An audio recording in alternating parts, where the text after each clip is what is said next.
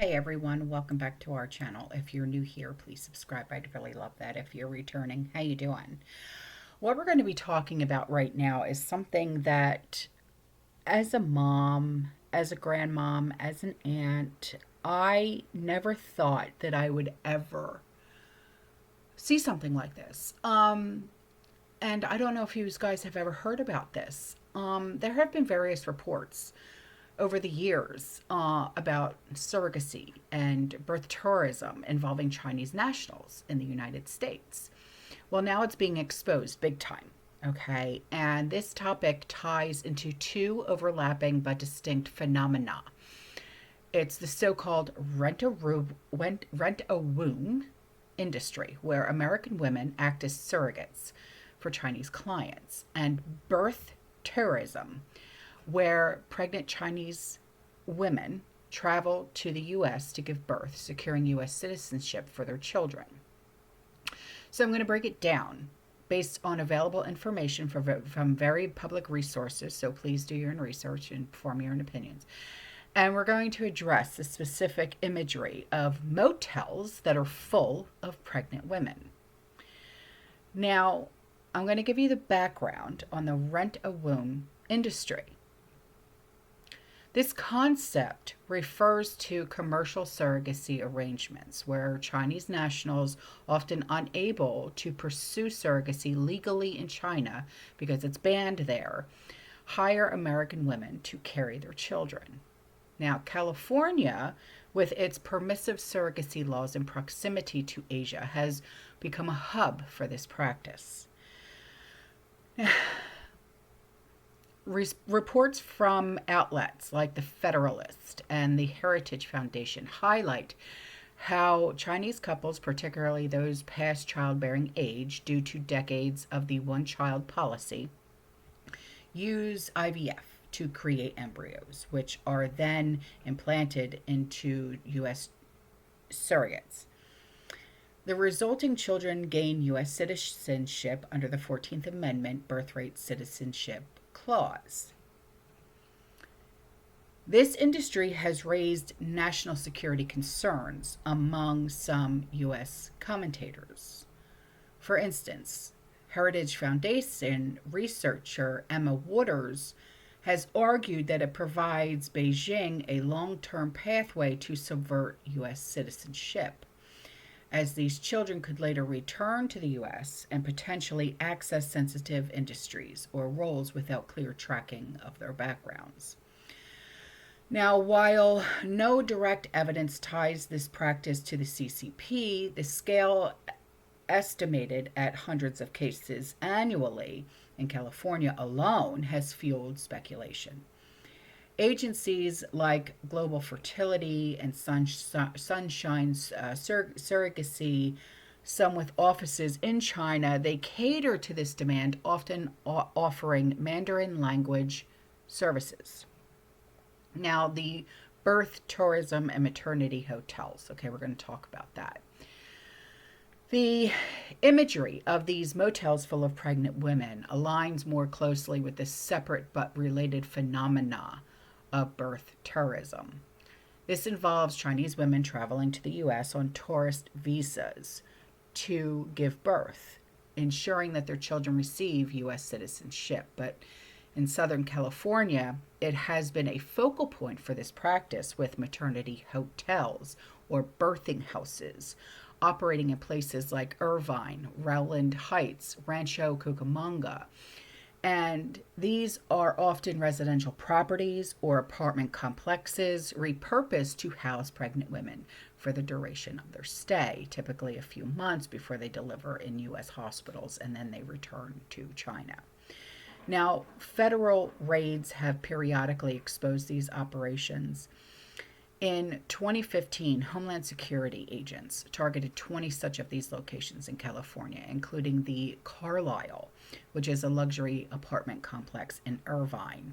And court documents revealed that operators charged $40,000 to $80,000 per client coaching women to lie about their intentions at U.S. consulates, claiming short tourist visits, and to conceal pregnancies at border checkpoints, like flying through Hawaii to avoid scrutiny at LAX.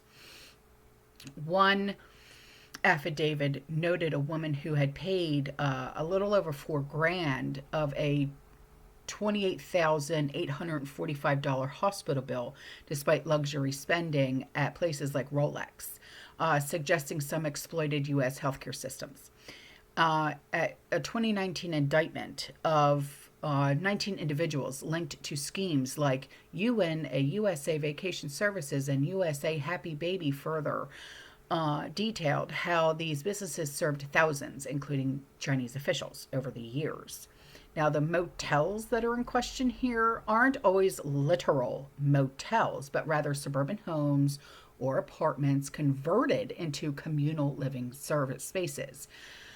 And neighbors have reported some oddities like forklifts delivering massive diaper stacks, hinting at the scale.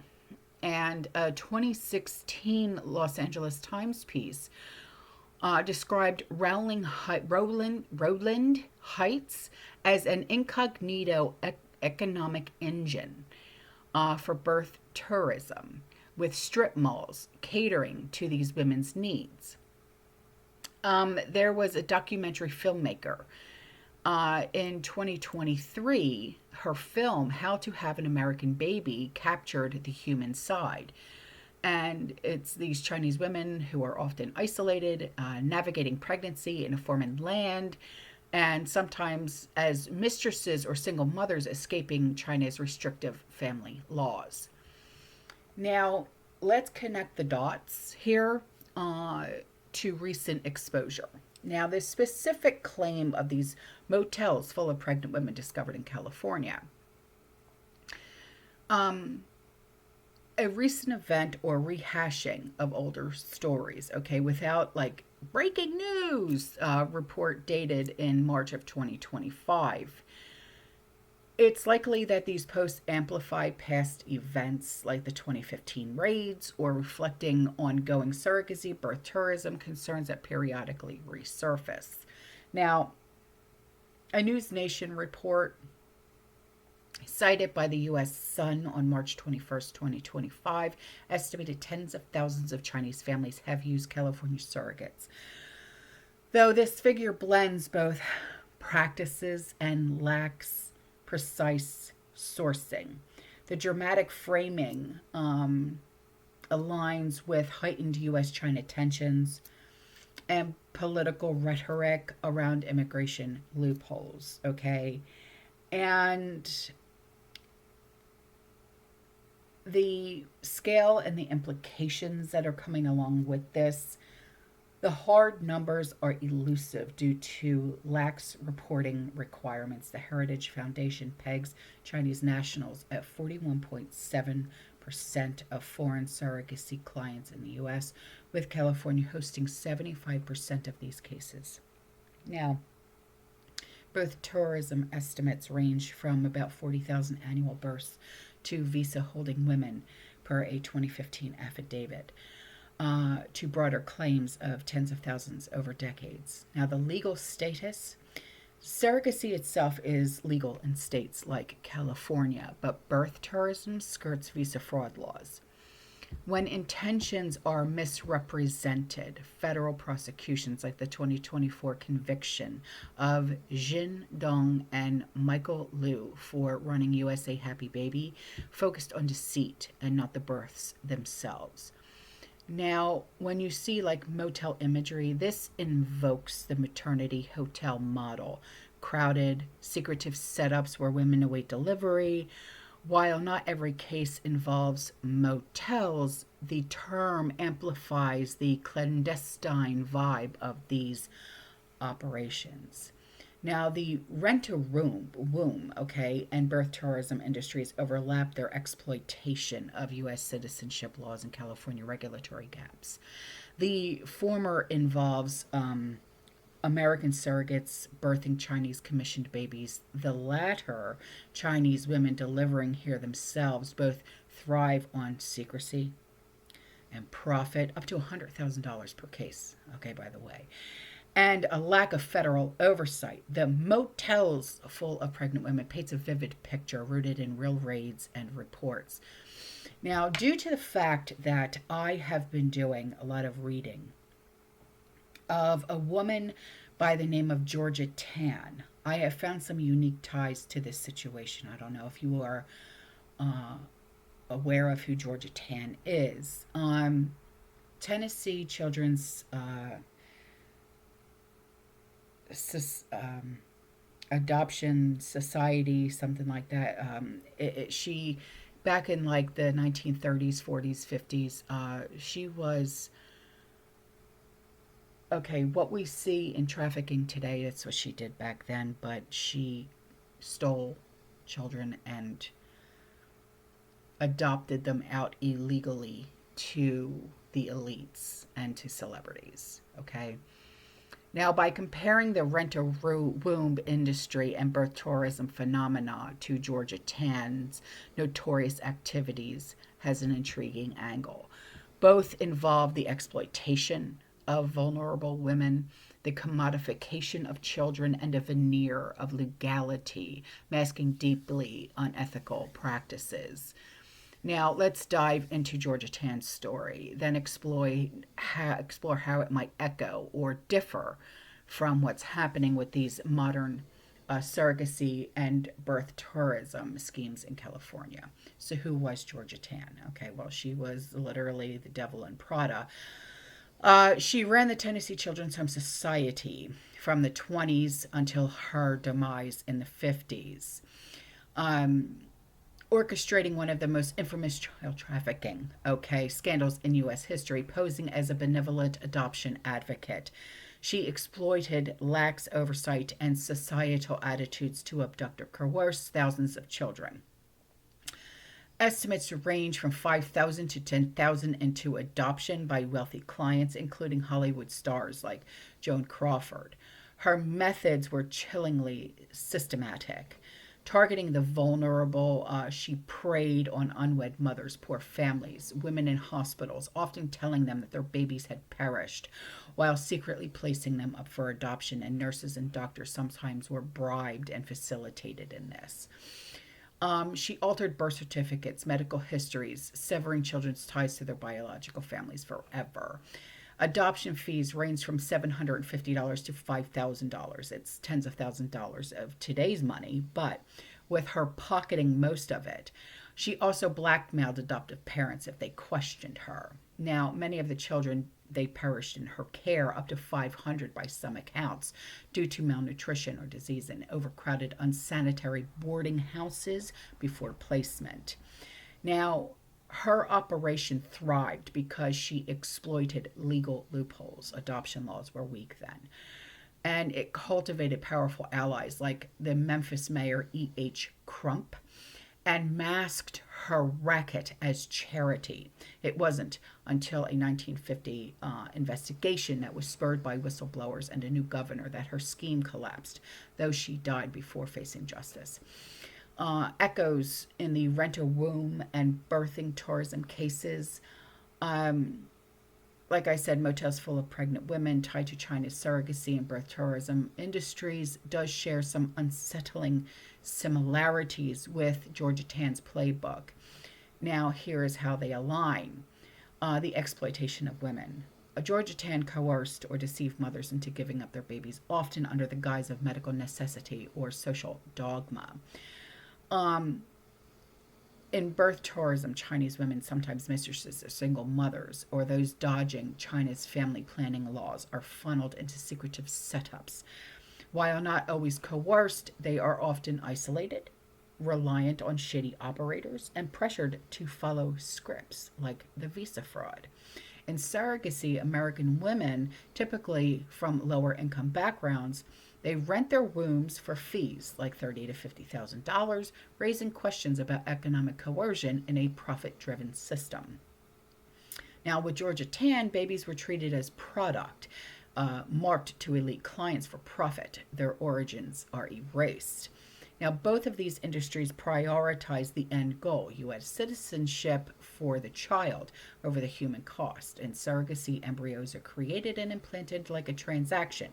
In birth tourism, babies are delivered for a passport, often with parents returning to China shortly after. The child's identity becomes a legal asset, not unlike Tan's falsified adoptions. Now, Georgia Tan, she used boarding houses and fake paperwork to hide her trafficking, keeping kids in limbo until they were sold. Now, these maternity hotels in California, apartments or homes packed with pregnant women, they mirror Georgia Tan's holding pens. Operators obscure their purpose from neighbors and authorities, coaching women to evade immigration scrutiny, much like Georgia Tan's manipulation of hospital staff and records.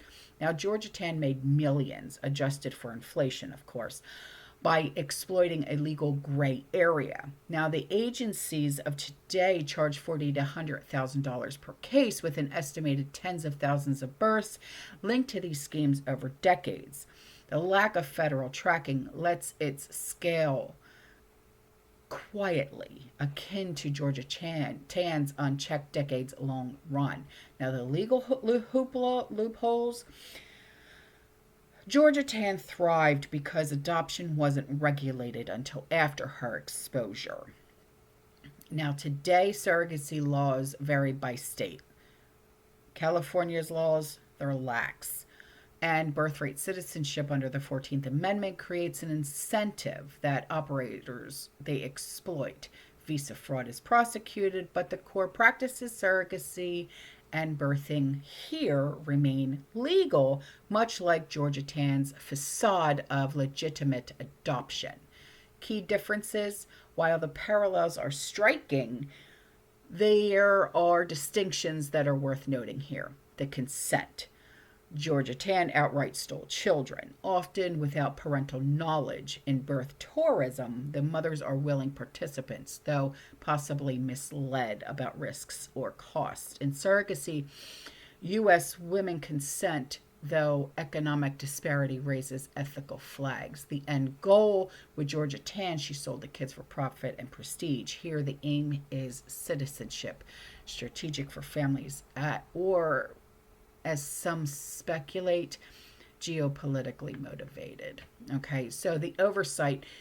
Georgia Tan operated pre-modern regulation. Today's schemes face sporadic crackdowns like the 2015 raids, the 2024 convictions, but enforcement is inconsistent.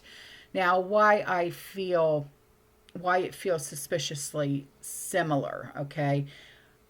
My gut instinct likely stems from the same predatory vibe.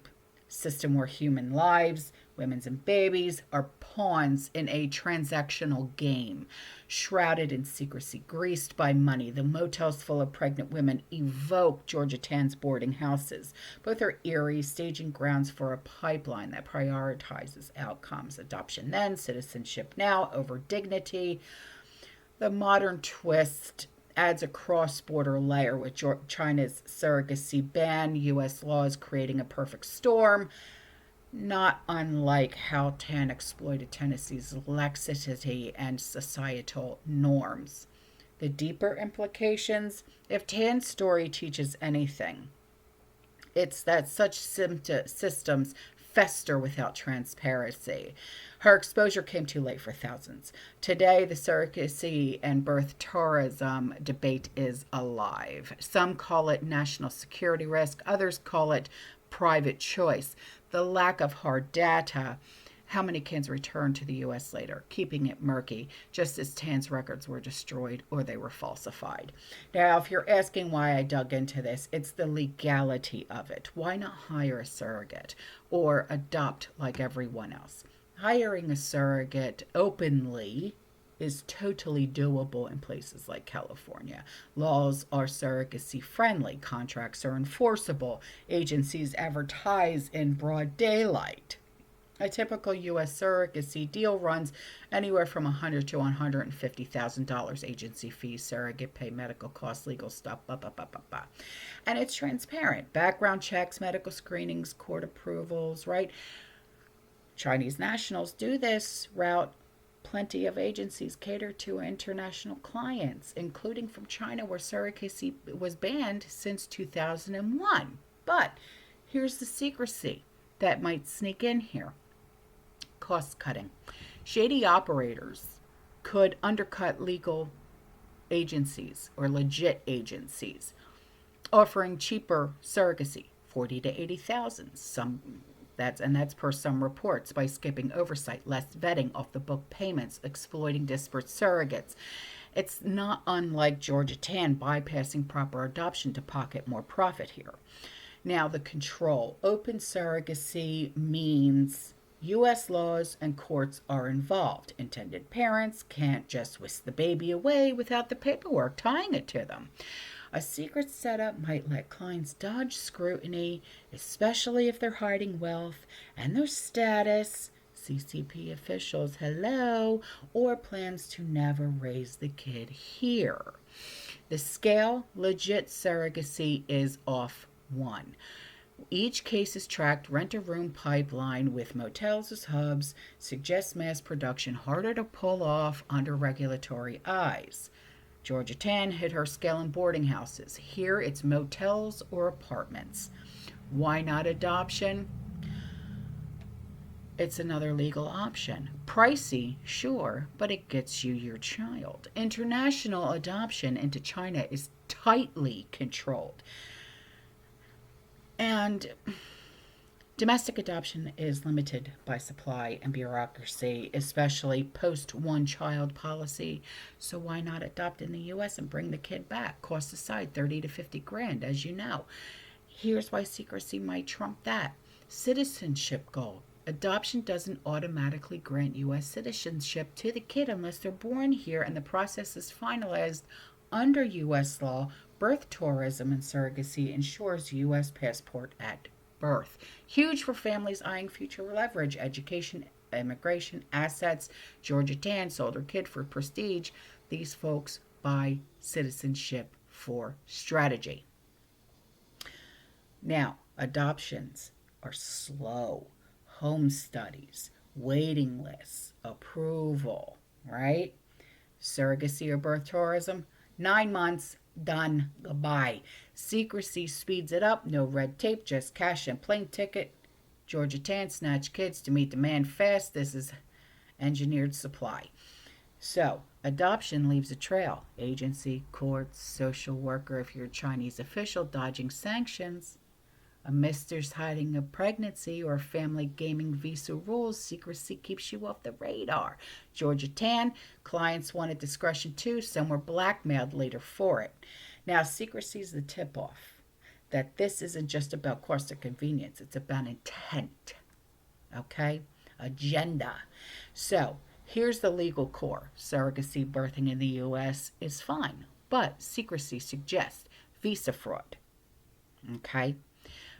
Birth tourists lie about trip length or the purpose. Say 2 weeks at Disneyland, not 3 months to deliver. Getting caught means visa bans or jail, like 2024 USA Happy Baby convictions. Secrecy was their shield. Geopolitical play. Some speculate the Chinese okay with this. Citizenship has a long-term asset for influence. No hard proof, but a secretive scale.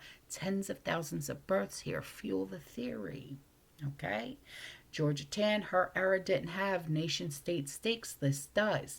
Social stigma. In China, surrogacy is a taboo, and unwed moms or mistresses, they face shame. A quiet U.S. birth dodges all of that. No village gossip, just a passport. Now, dual citizenship as a prize.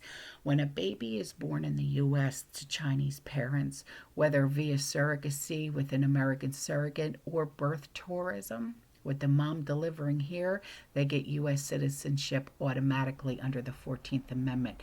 This is the big draw: a U.S. passport, access to education, work rights, and potential escape hatch from China's system. But here's the kicker. China doesn't recognize dual citizenship. Officially, if you're a Chinese citizen, you're only a Chinese citizen. But Taking another nationality like US means renouncing China per their nationality law, Article 3, 1980. In practice, though, it's murkier. Kids born in the U.S. can keep that citizenship on the down low. Parents often don't register the birth with the Chinese authorities or apply it for a Chinese passport in the kids right away. They just take the U.S. birth certificate and passport back home. China might not know or care unless the kid later tries to claim Chinese benefits while flashing a U.S. ID. Some families even use the U.S. passport for travel and a separate Chinese ID domestically, effectively gaming the system. Enforcement lacks unless you're high profile or caught in a crackdown. The long play, a U.S. citizen kid raised in China could return to the U.S. at 18. Think college at UCLA, a job in Silicon Valley, or even citizenship sponsored for parents later. It goes so much deeper. Dualish status gives options. Stay in China if it's stable, bounce to the U.S. if it's not. Wealthy Chinese families, especially post-Rona or amid Xi's crackdowns, might see this as insurance. The scale and the intent, tens of thousands of these births over decades per estimates, suggests a trend, maybe even a cultural or state winked at strategy. It feels systematic, even if it's not CCP orchestrated. And it's not just about hiding from U.S. immigration, visa fraud, or Chinese stigma, unwed moms, surrogacy bans. It's about keeping the dual citizenship pipeline quiet, untraceable, scalable. Legit surrogacy or adoption, it's too visible, too regulated, and adoption doesn't deliver that U.S. birth certificate. Motels and off-book deals, let it hum under the radar, but don't get it twisted. It's still exploitation, just with a shinier prize. American surrogates, often lower income Chinese women who are isolated, sometimes desperate, are the fuel. The grubby part, the human cost. Surrogates might not see the full payout. Agencies they skim, and birth tourists risk health or debt in sketchy setups. The secrecy's toll, hiding it all. Motels, visa lies means no oversight. If it goes wrong, medical emergencies, trafficking vibes, who's accountable? The dual citizenship angle makes it feel more calculated. It's not just about having a kid, it's about what that kid can do decades later. Picture a Chinese family in the year 2045. Their US born kid, now 20, enrolls in MIT, works at SpaceX, or petitions them over, all because of a motel birth in 2025. This feels like planting seeds in a forest, not just chopping a tree for firewood. Yet it's just as grubby at street level. Women crammed in apartments, cash changing hands in shadows, babies born for a document. The citizenship twist adds a layer of cold strategy, but the exploitation is still warm and messy. Does that dual citizenship payoff make it seem more sinister to you, or just smarter? China's no dual citizenship rule is a paper tiger. Families skirt by it with U.S. births off China books. The kid grows up, Chinese in practice, American on paper, ghost citizen straddling worlds. Picture thousands of these kids, tens of thousands, per some estimates, hitting adulthood. They're not immigrants vetted at borders, they're native born, with rights to return at any time. No conspiracy needed, just a few choosing sensitive fields. AI, defense, could shift balances. U.S. hawks see it as a Trojan horse. Not wild-eyed proof, but the secrecy feeds the fear. China surrogacy ban, population control, make it all look like a workaround with intent. The citizen chase feels detached. Babies born, not for love or even profit alone, but for strategic idea. It's less emotional, more algorithmic, like coding a future advantage. It's creepy. What do you think?